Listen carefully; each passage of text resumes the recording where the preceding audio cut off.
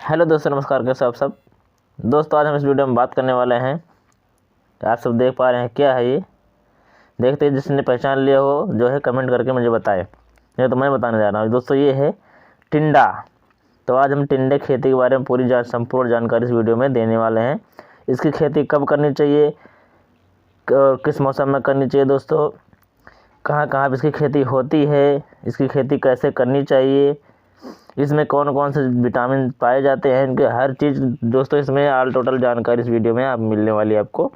तो वीडियो को पूरा देखना है, और अगर चैनल पर नए हो तो चैनल को सब्सक्राइब करके बेल आइकन जरूर दबा देना दोस्तों, और वीडियो को लाइक कर देना।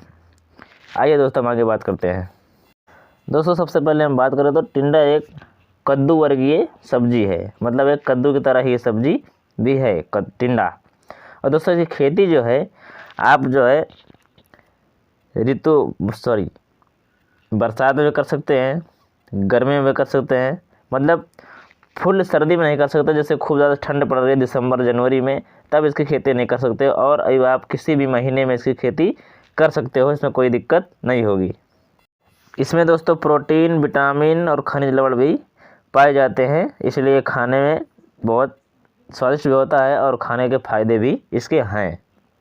इसकी खेती दोस्तों हर जगह पर होती है, जैसे पंजाब, हरियाणा, राजस्थान, उत्तर प्रदेश, मध्य प्रदेश, बिहार, गुजरात, ऐसे सब जगह इसकी खेती जो है की जाती है।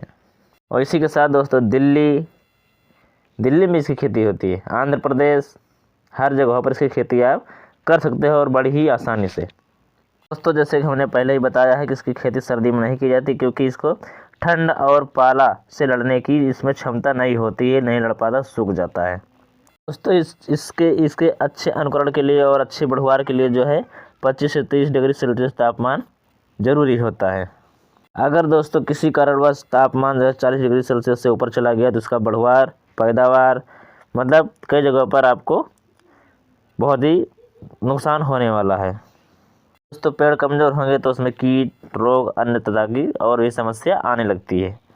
दोस्तों टिंडे खेती के लिए हम मिट्टी की बात करें तो मिट्टी जो है बलुई, दोमट मिट्टी, उत्तम, मृदा उत्तम, ऐसे कई तरह की मिट्टी में ये हो जाता है। उस मिट्टी का pH 6 से 7 के बीच होना चाहिए। दोस्तों पानी के ऊंचे स्तर वाली ज़मीन इसके लिए बढ़िया है, ये ज़्यादा पैदावार उसमें देगा। दोस्तों टिंडे खेती के लिए हम अगर खेत की तैयारी की बात करें तो सबसे पहले मिट्टी पलटने वाले हल से आपको जुताई करना है, उसके बाद कल्टीवेटर से करना है, उसके बाद अच्छे से पाटा चला के 2-3 बार जुताई करने के बाद अच्छे से पाटा चला देना ताकि मिट्टी बारीक हो जाए। उसके बाद आप नाली बना लेना, या फिर नाली नहीं तो थाला बना लेना, जगह जगह पर गुलाई करके उसमें आपको बीज को बोना है। अगर बेड तरह के बनाना चाहते हो तो बेड तरह आप बना लो, आपकी मर्जी है। दोस्तों बीज की बुआई के समय एक चीज़ का ध्यान देना है कि मिट्टी में बढ़िया सी नमी रहे।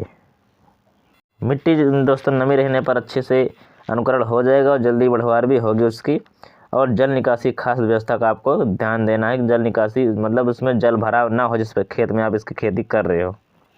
तो अगर हम टिंडे की दोस्तों अगर टिंडे की वज़न की बात करें तो ये जो है हरे रंग का बालोदार बाल, ऊपर सफ़ेद बाल होते हैं, ये जो है 60 से 70 ग्राम का होता है, इसका वज़न होता है। दोस्तों हम टिंडा की कुछ उन्नत किस्मों की बात कर लेते हैं। दोस्तों पूसा रौनक, आरका टिंडा, पंजाब टिंडा, हिसार सिलेक्शन, ऐसे दोस्तों अन्य प्रजाति की किस्में इसमें जो है पाई जाती है, और अपने क्षेत्र के हिसाब से अलग अलग इनकी बुआई होती है। इसकी खेती दोस्तों अच्छी तरह से जो है फरवरी से मार्च में बुआई कर दो, या फिर जून से जुलाई में वर्षा के टाइम, तो अच्छी आपको उपज देखने को मिलेगी। अगर खास ध्यान रख सको तो इसको खास गर्मी में भी इसकी बुआई कर सकते हो। दोस्तों हम बीज की बात करें तो जैसे कि 1 हेक्टेयर में आपको बुआई करना तो उसके लिए बीज जो है 2.5 से 3 kg आपको लेना पड़ेगा, और उसको 24 घंटे के लिए पानी में भिगोना पड़ेगा। उसके बाद अगर बीज को उपचारित करना चाहते हो, अगर उसमें रोग लगते हैं कहीं कहीं मिट्टी में, तो थीरम है 2 ग्राम थीरम प्रति 1 किलो ये टिंडे के बीज के हिसाब से आपको उपचारित कर लेना है। उसके बाद आपको बुआई करना है। दोस्तों जैसे कि मैंने पहले बताया, अगर आप बेड बनाना चाहते हो तो बेड बना लो, या फिर थाला बनाना चाहते हो थाला बना लो, लेकिन बीज से बीज की बोने की दूरी जो है वो 2 मीटर की होनी चाहिए, 2 मीटर के बीच में गैप होना चाहिए। और इसकी बीज की जो है बीज मिट्टी में कितना डालना है दोस्तों, 1 से 1.5 सेंटीमीटर की गहराई में बीज को बोना है। यदि दोस्तों हम अगर इसमें इसकी खेती के लिए अगर हम खाद की बात करें तो दोस्तों अगर आपके पास उपलब्ध है तो प्रति हेक्टेयर आप जो है 3 से 4 क्विंटल जो है आप उस गोबर की सड़ी हुई खाद आप डलवा दीजिए। उसमें जो है रासायनिक खाद का प्रयोग ना करें।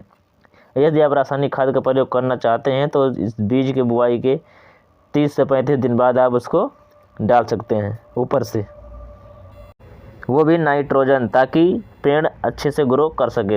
अगर हो सके तो आप सड़ी हुई गोबर की खाद ही डालें। ये खेत की मिट्टी के जो है उपज दर बढ़ाता भी है। दोस्तों हम इसकी सिंचाई की बात करें तो इसकी सिंचाई जो है अंकुरण के 1 सप्ताह बाद इसकी सिंचाई करनी चाहिए। और अगर गर्मी के दिन है तो उसमें 3 से 4 दिन पर आपको हल्की सिंचाई करते रहना चाहिए। वर्षा के टाइम आपको सिंचाई करनी नहीं है। अगर टाइम से बारिश हो रही है तो कोई दिक्कत नहीं है, उसमें जल भराव ना होने पाए बस।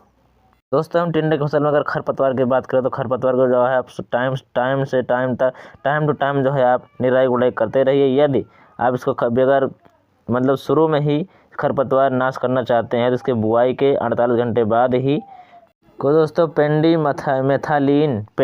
मेथालीन को 3.5 लीटर लेके 1000 लीटर पानी में डाल के आप जो है 1 हेक्टेयर में छिड़काव कर सकते हैं बुआई के 48 घंटे बाद बस।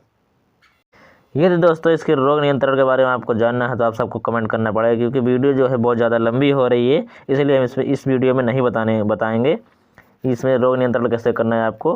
तो उसमें आपको अलग से कमेंट करना है, पूछ लेना है, नहीं फिर हम दूसरी वीडियो इसमें अपने आप से ही बना के डाल दूँगा।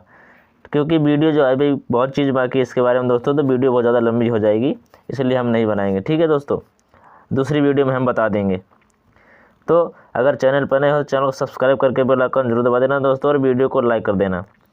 बाकी जानकारी दोस्तों हम अगली वीडियो में देंगे। अभी आधी जानकारी समझ लो कि बाकी है दोस्तों, सपोर्ट जरूर कीजिएगा, ऐसे हम नई जानकारी सबको देते रहेंगे।